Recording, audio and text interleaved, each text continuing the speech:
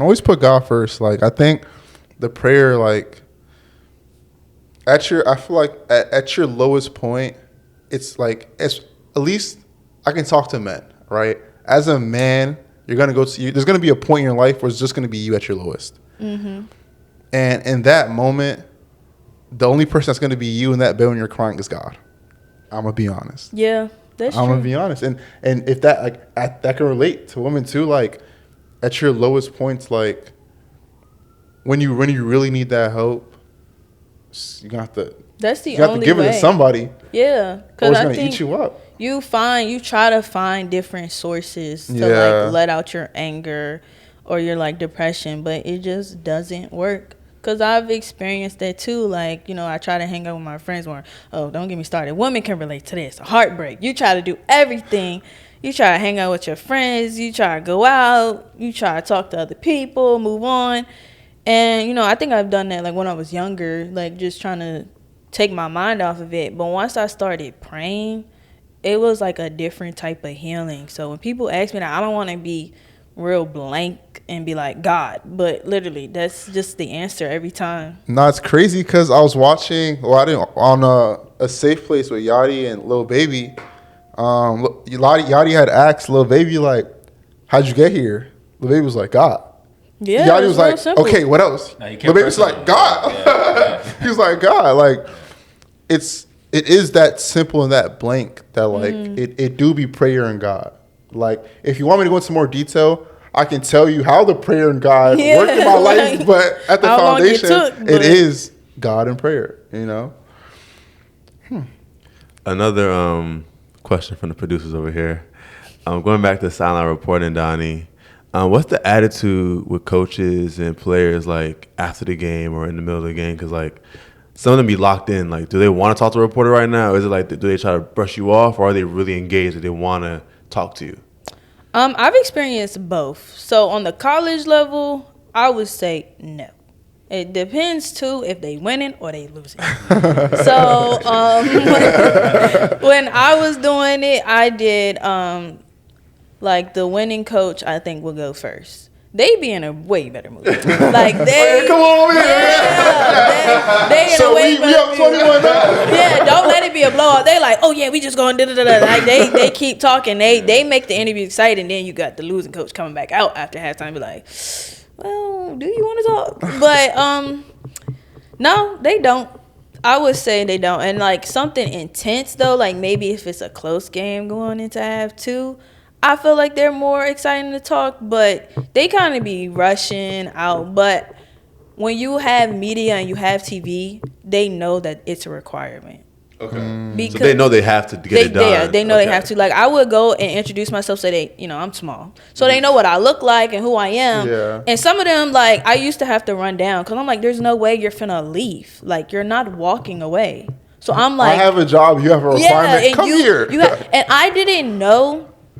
I think this is like that for every broadcast, but I didn't know that the refs and like everybody was mic'd up on the stations, like microphones. Like I didn't know that we provide them.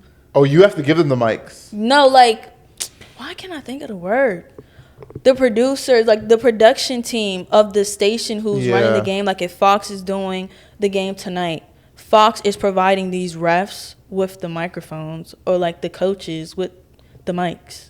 You know, that actually makes sense because like when they be like flag on a play, like the only way we can hear them is if they do have a mic low key. Because I was hearing the refs talking to the kids, like they be saying some crazy stuff though. I ain't gonna lie, but I be hearing the plays. I'm like, I can hear everything. Like I heard the refs, the people in the booth.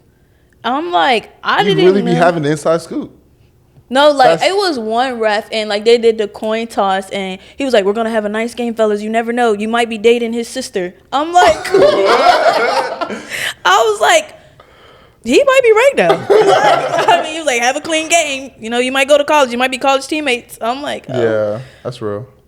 But who's your favorite person that you interviewed? Whether it's She's Got the Lead, which is her sports broadcasting channel, and I don't even know what it is. We gonna figure 2025 is the year of being uncomfortable and figuring this out. Yeah, because it was a podcast and now it's some social media content. I'm just trying to get a job. Do what I got to do. But why did my mind just go blank? What did you ask? Who was your favorite person that you've interviewed, whether it's She's Got the Lead or through your the news channels? I'm trying to think. When you think about it, I interviewed a lot of people. You got a resume. I would say it's between Chris Hoke, and that's the 2-time Super Bowl champion. Okay. He was really nice. That was one of my best interviews. And Louis Riddick. You know who that is? No. Oh, wow. That's embarrassing. Louis Riddick, he went to Pitt.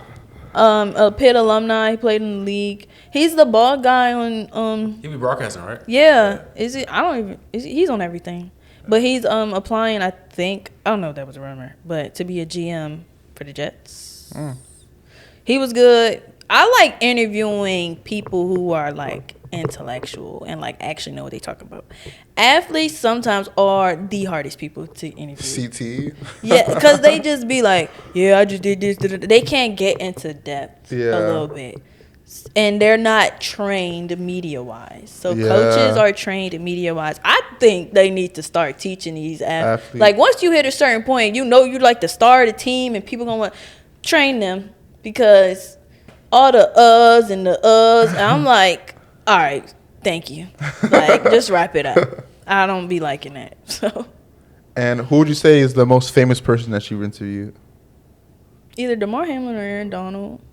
Aaron Donald. How was that? Man, I was so scared. I'm not gonna lie, because it was hot for one. He came to the spring game. His nephew is a D tackle, and everybody was surrounding him. So, and we were just students. But I'm following him around the whole field because I was allowed on the whole sideline. So I'm following him around, and I finally get him. He just got done with somebody, and I'm like, I just stopped in front of him. I said, please, just let us ask you a couple questions. Like, can we talk to you? He was like, all right, yeah, like, make it quick. But I thought I had makeup on my fingers because I was, like, touching my face, and he had on a white tee.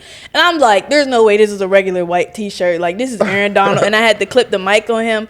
I'm like, Donnie, please do not get makeup on his shirt because you cannot pay for this. Like, and it ended up being pretty smooth. I just asked him, what is it like to see his nephew playing for his team, and do he like train with him, or do we let him do his own thing?